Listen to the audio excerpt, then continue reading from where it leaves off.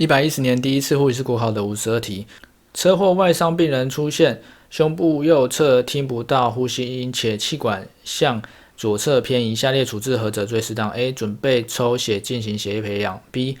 准备心肺复苏术，并请其他人通知医师 ；C. 准备胸部针刺减压；D. 进行动脉气体分析。我们答案选 C。主要这个题目有讲说他的右侧听不到呼吸音，听不到呼吸音，我们就可以猜说他可能跟气胸或是血胸有关系，因为他有出车祸，所以我们可以先猜他跟气胸或血胸有关系。然后再加上他又这个气管往左侧偏移，这种情形我们就可以知道说他的气胸或血胸是蛮严重的。那这种情况下，我们就会准备这个针刺解压，把他的液体或气体给引流出来，让他可以去比较好呼吸这样子。